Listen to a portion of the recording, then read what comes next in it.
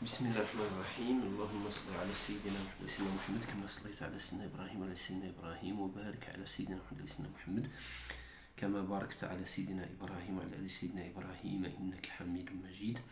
السلام عليكم ورحمة الله وبركاته.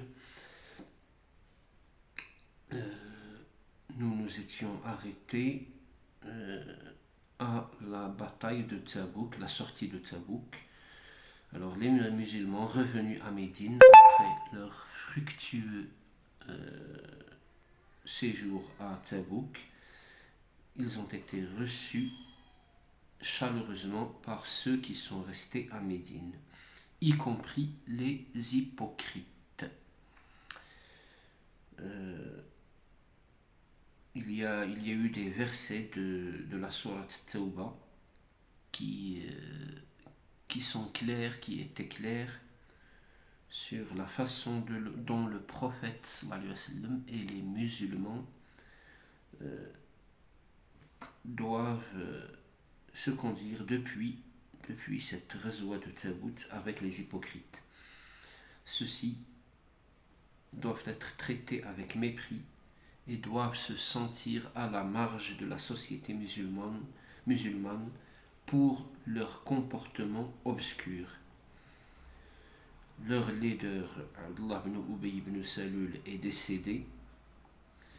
La fin de la 9e année de la Hijra est marquée par le pèlerinage effectué par Abu Bakr comme imam du pèlerinage désigné par le prophète sallallahu alayhi wa sallam.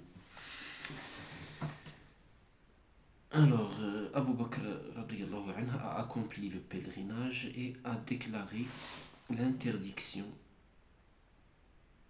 aux polythéistes de venir vers le haram dès cette année. Il y a des versets de la sourate, du début de la sourate Tawbah qui signalent cela.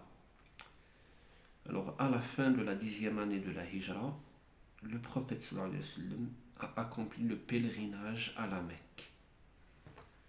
Et les musulmans de tous les coins de l'Arabie sont venus pour faire le pèlerinage avec lui. Les historiens rapportent que le nombre de musulmans à ce pèlerinage était supérieur à 100 000 pèlerins. Il y a certains historiens qui parlent de 144 000 pèlerins. Alors le jour de Arafat, c'est-à-dire le 9e jour de Dhul Hijjah, le prophète sallallahu alayhi wa sallam a prononcé le sermon célèbre sous le nom de Khutbat al-Wada'. On peut le traduire comme ça, sermon d'au revoir, le sermon d'au revoir.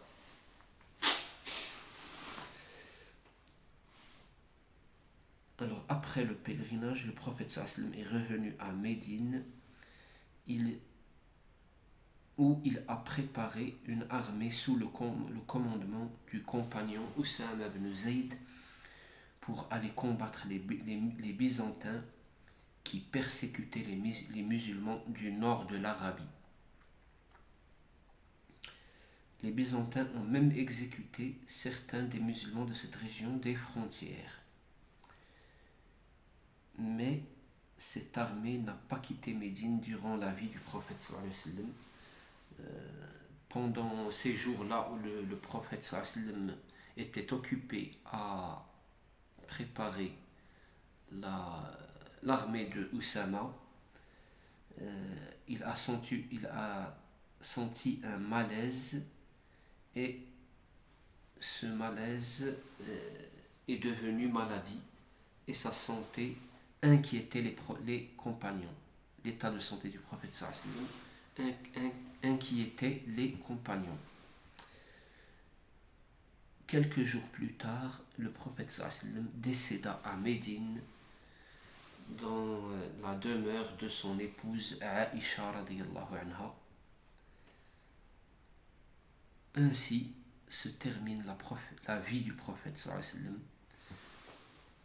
Mais l'histoire des musulmans continue, et on parlera, Inch'Allah, la prochaine fois, on verra un hadith du prophète sallallahu alayhi wa sallam dans lequel il avait prédit ce qui allait se passer après lui. Nous verrons bien sûr aussi les choses les plus intéressantes de l'histoire des musulmans après le prophète sallallahu alayhi wa sallam. Merci de m'avoir écouté. Je vous prie de bien vouloir vous abonner à cette chaîne pour pouvoir continuer l'histoire des musulmans. Je vous prie aussi de nous aider par un petit pouce, un like et d'activer les alarmes pour recevoir toute nouveauté. Merci à tous. Salam alaikum wa rahmatullahi wa barakatuh.